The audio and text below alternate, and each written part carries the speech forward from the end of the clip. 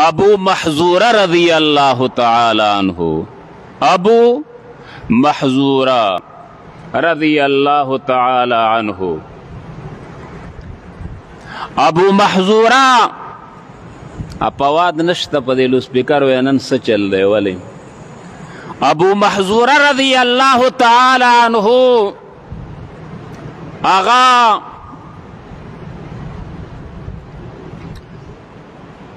دا سی اگده اخت پریخی دی.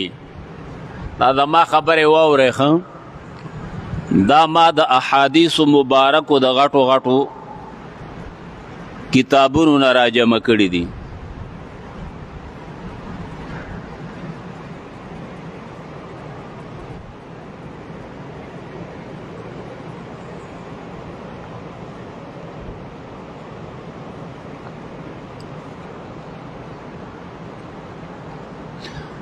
دا ابو محذورہ رضی اللہ تعالی عنہ اغا صحابی دے چی رسول اللہ صلی اللہ علیہ وسلم مبارک بدت آزان خودلو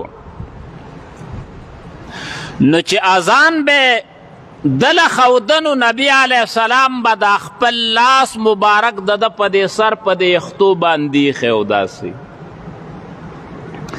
بے خیو نو دا اگده اختشو، دا اخته اگده شو او دونا اگده شو، دونا اگده شو چی بیا دیبا چی پزمکا بانده ناسو نو دا اخته با دا پزمکا بانده پراتو.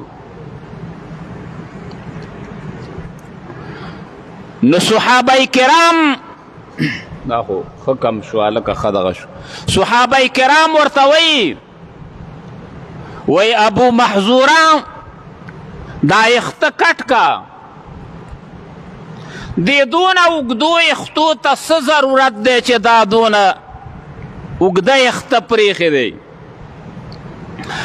ابو محذورہ رضی اللہ تعالی عنہ ورته وی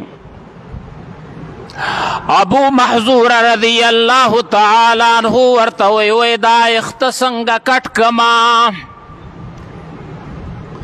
سرور کونین محمد رسول اللہ صلی اللہ علیہ وسلم مبارک چی کلمات آزان خودم نو عقائدو جہان پا دغی وقت کے زما پا دے اختو باندے لاس مبارکی خودیو.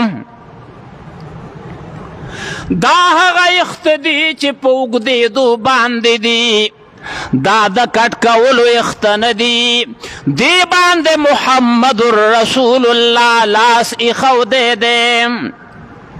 دا با دا سی اگدی گی او دا بز قبر توڑما اتبرک بھی زپ دنیا کم پد اختو باند برکت حاصلو ما او قبر تیزان سر اوڑما پا قبر کم پد اختو باند برکت حاصلو ما